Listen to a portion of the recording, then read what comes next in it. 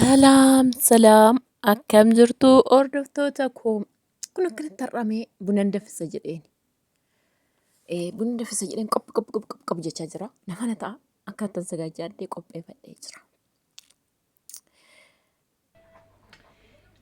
Hordoftoota Nagaan waaqayyoo waaqa jiraata iddoo jirtan itti jirtan siniifaa baay'ee jirtu jira.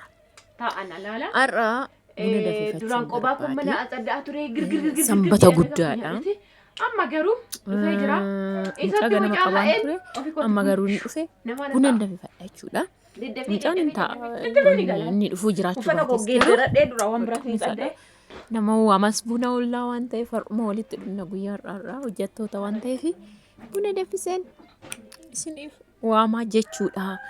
Baay'ee dhayii kooti boqqolloo koo cabsadhee sirriitti faafaatti godhee dhugaa nafaana ta'a amma dhumaatti. Kun mi'a koo akkana babbaafadheetanii waan hundumaa xumuree minaaman jedheen gara boqqolloo dhaqees qursii buna akka baadiyyaatti qopheessa qursii jechuudha. Jas akka nama jedhutti asheetan barbaadu yeroo baay'ee innaa dhufan baay'ee suusuma akkamii margaa boqqolloo sun jedhu akkuma keessan yeroo da'u otoon hin dahin dura torbee tokko lama keessa jirti viidiyoo isinii waraabee ture. Deema mataa koo kana Maashaallah da'ee ji'a sadiitti waan akkatti shira bira godhee as keessa dhoksu mucaan irratti viidiyoon kun kan hin dura waraabee garuu dhiifama. miicetaan iddoo iddootti jedhee akka naa Kaafatatti goggoguuf as jedhee, keessa godhe jechuudha. Qalamii waan gahee dibadhu jira. fi mucaan na ciru jammare. jechuudha. Nafaana ta'a. Egaa kun cabsachuu bahee dhayii kootti. Cabsachuu bahee bubbee yeroo qaam'ee shanii sana bubbeen hin jigse boqqolloo akkasitti kunuyyuu gubbaan isaa baay'ee ulfaata ofirraa qaba waan ta'eef lafti jalli immoo lafa kosii waan taateef baay'ee ofitti hin qabanne hin jijjigsee jechuudha. Garuu gahee jira. Inni akkasitti caccabsa jechuudha. Kaameeraaf waa hin qabachaa. Gahee jira abdiin qaba kanaa hunda harka tokkoon caccabsa jechuudha. Hin beeksisa waan ta'eef. Jabaata baay'ee qancaree jira.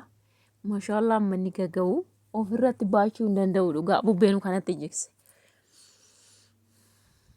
እና በዚህ አጋጣሚ ጂአ ሰዲት ጋይ boqqolloon jette mucayyoon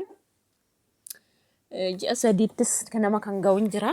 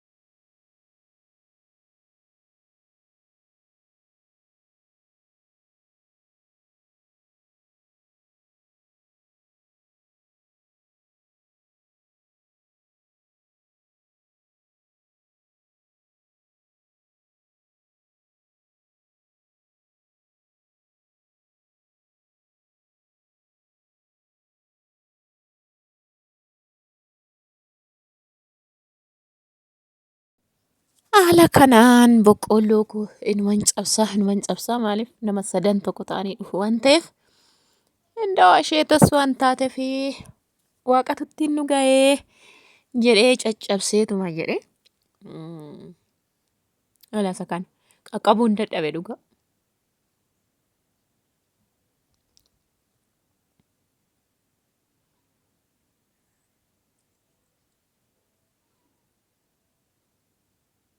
Inni iddoon ni jiru. Gaara sana jira. Hala. Hin qaqqabu jechuudha. Irraa cabsachuu gaara jira. Meetira lamaa oliin buusee jechuudha. Innaa qaqqabee cabsuu hin danda'u. Yoon gadi qabe kaameeraa lafa kaa'een mataasaa gadi qabee cabsa maleedha yookiin muree jechuudha. Agadaa isaa immoo warra horii qabu fudhata waan ta'eef hin cabsu. Innaa akkasitti boqqolloo koo ba'a. Kanuma biraa cabsadheetti guuttadheeni gara manaatti galee buna danfifadha jechuudha.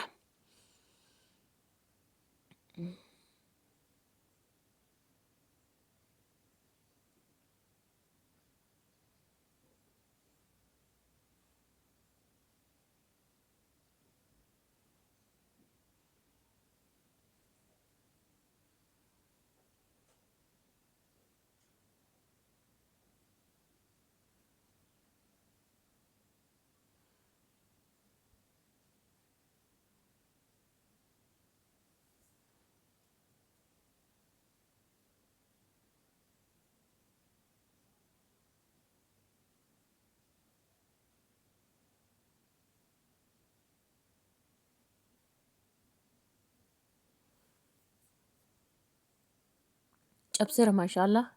Ehew. Ummaa egaa caccabsee amarraa shalaqqaqee ምናምን qophii qophii jedhaa jechuudha. Egaa ittuma fufaa wanti hundumtuu.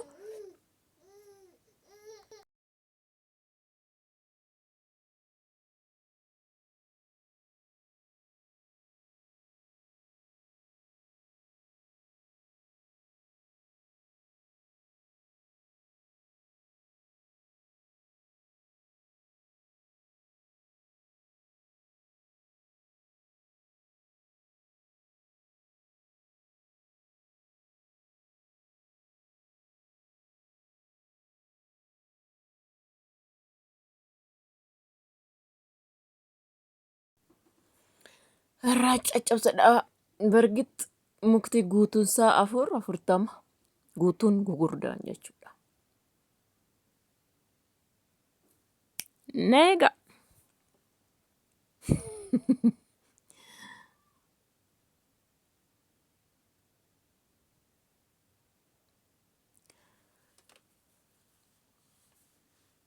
Yeroo baay'ee namoonni tokko tokko bu'aan guddaa keessa taa'anii tiikaasaa wallaaluu, eeguusaa wallaaluu garuu anyways na eegas.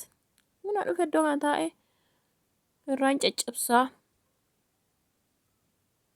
Irraan shalaqqaqaa jechuu kooti caccabsaa.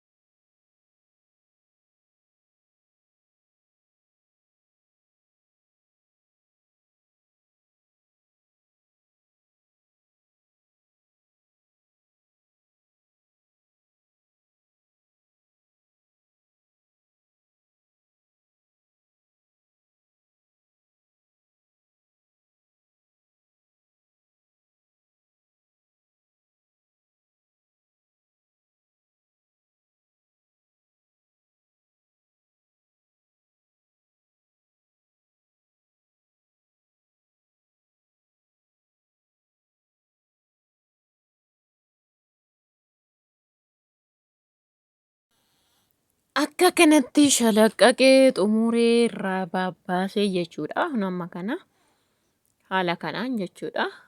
Xixiqqoo isinitti fakkaateen baay'ee marti tokko xuuxate dammoo soo gara manaa jechuudha. Na duuba argaa jirtu ammaaf.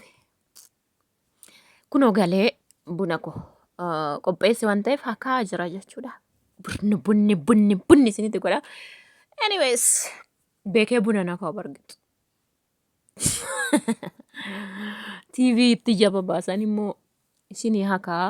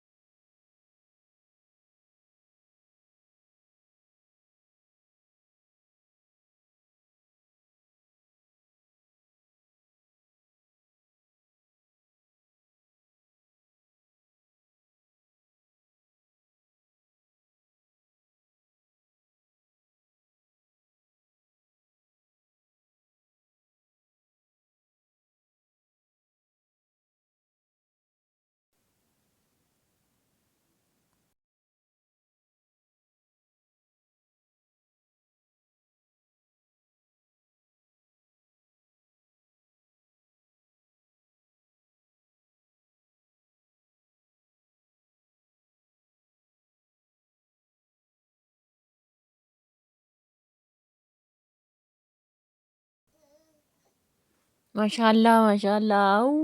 Haara bunaa kana bunni.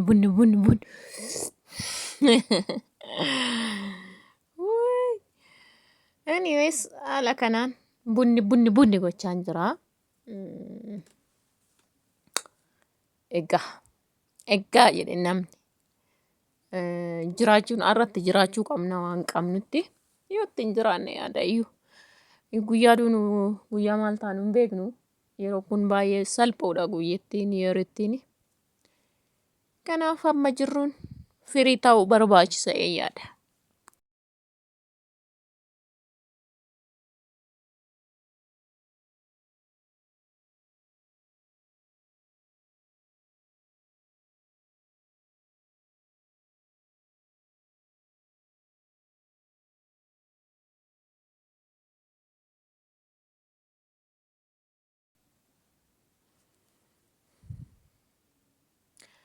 እና Faayisaattiin qabaa jira. Fangeesse. Achimmaa isinittas nan urgeessa. Ehew urgeeffadhaa. Dammoo mooyaashii lizarzirilishii jedha asumaan naa barreessa. Urgeeffadhaas. Na eebbisaas.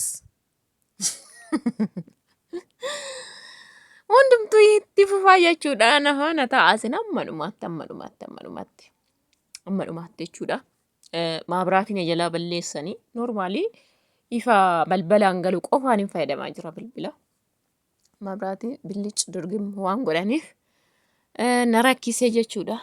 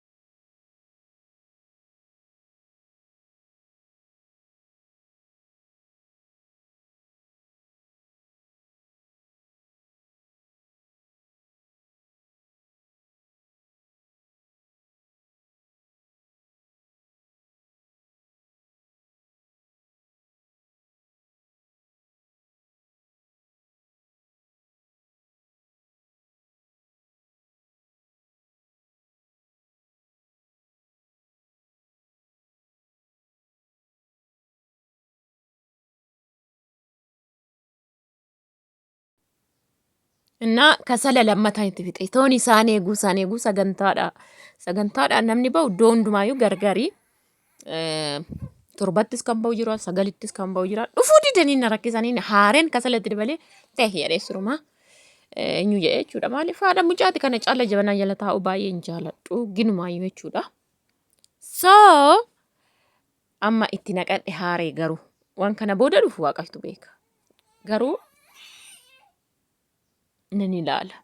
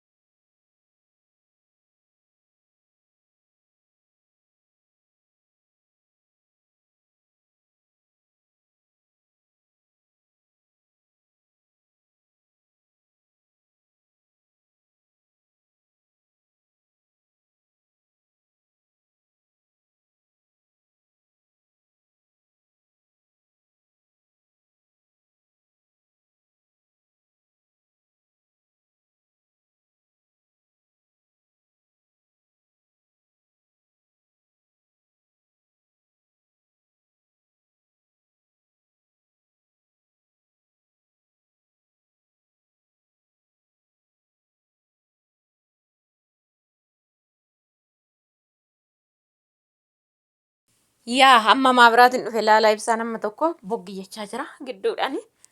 Haala qulqullina amtine jechuudha kaameeraati. Innaa gidduudhaan immoo dhuftee. Innaa akkasiin isiniin jedha. Juma'aan yookiin sabbanni guddaan kana fakkaataan isiniin jechuu barbaada.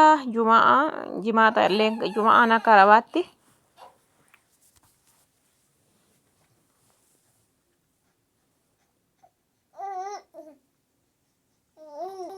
Innaa haareeti dhiqee minaamina jedheen dhuga jechaan jira. Dhugaan isiniin jedha. Maaliif baay'een taa'e dhugaa.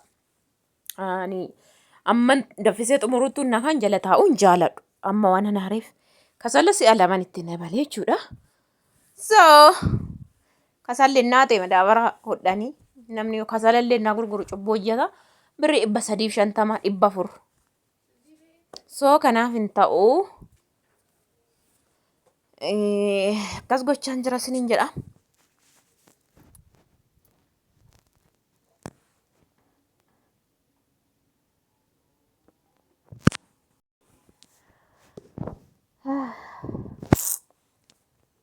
እና ኤኒዌይስ ኑሮ በኢትዮጵያ ያው እንደሚታዩት ነው።